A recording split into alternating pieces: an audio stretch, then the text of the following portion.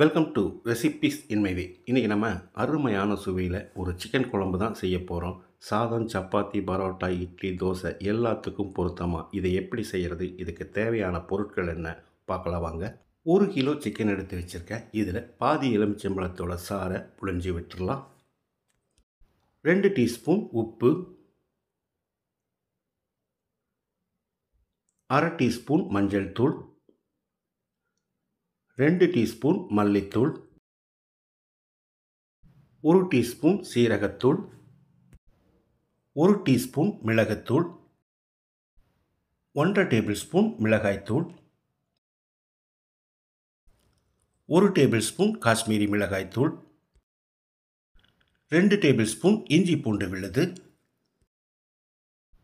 2 table spoon தேங்காய் எண்ணெய்,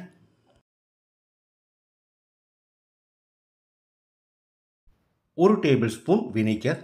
இது ஆப்ஷனல் தான். இது எல்லாத்தையும் நல்லா கலந்துடலாம். 1 மணி நேரம் மேரினேட் ஆகட்டும், மூடி வச்சிடலாம். பேனில் சின்னதாக 2 துண்டு பட்டை, 3 கிராம்பு, 3 ஏலக்காய், 2 டீஸ்பூன் மிளகு, 2 டீஸ்பூன் மல்லி, 2 டீஸ்பூன் சோம்பு, 2 டீஸ்பூன் அரிசி, 1/4 டீஸ்பூன் வெந்தயம், 1 டீஸ்பூன் கடுகு, 1 டீஸ்பூன் சீரகம். அளவான தீயில கருகாத அளவுக்கு இதை வறுத்துடலாம்.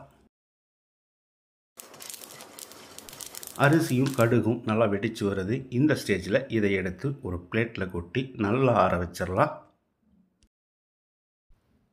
ஆறின பிறகு இதை பவுடராக அரைச்சி எடுத்து வச்சுருக்கேன்.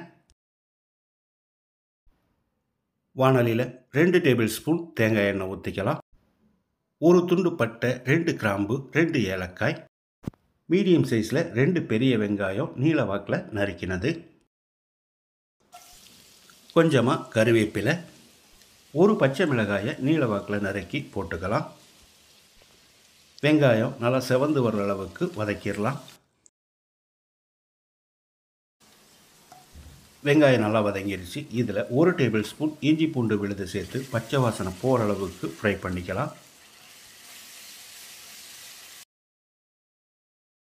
இஞ்சி பூண்டு விழுது பச்சை வாசனை போன பிறகு ஸ்டவ்வில் தீயை குறைச்சி வச்சுட்டு நம்ம வறுத்தரைச்சி வச்சுருந்த பவுடரை போட்டுக்கலாம். இதோடைய 2 டீஸ்பூன் மிளகாய்த்தூள், ஒரு 10 செகண்ட் இதை பெரட்டி விட்டுடலாம். கருகாமல் இருக்கிறதுக்காக ஒரு 1/4 கப் அளவுக்கு தண்ணி ஊற்றிக்கலாம்.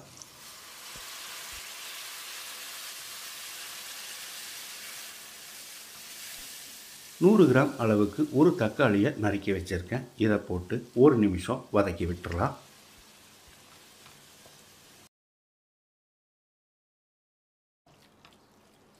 தக்காளி இந்த அளவுக்கு வதங்கினது போதும். நம்ம ஏற்கனவே மேரினேட் பண்ணி வச்சுருந்த சிக்கனை போட்டு கலந்து விட்டுடலாம். மேரினேட் பண்ணி வச்சுருந்த பாத்திரத்தில் கொஞ்சமாக தண்ணி ஊற்றி அலசி ஊற்றிக்கலாம்.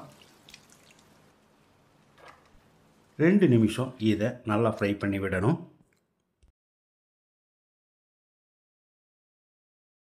ஒரு மூடி தேங்காயில் 1 கப் முதல் பாலும் 1 கப் 2வது பாலும் எடுத்து வச்சுருக்கேன். இதில் 2வது பால் ஊற்றி சிக்கனை வேக விட்டுடலாம்.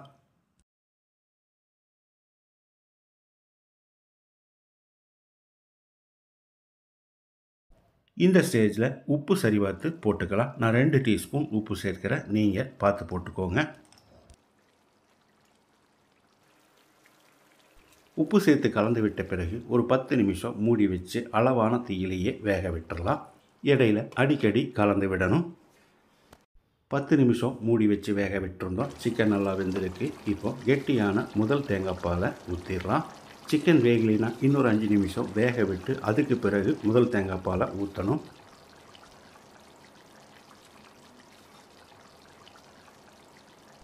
கெட்டியான முதல் தேங்காய் பாலை ஊற்றி கலந்து விட்ட பிறகு பொடியாக நறுக்கின மல்லி இலையும் போட்டு மூடி வச்சிடலாம்.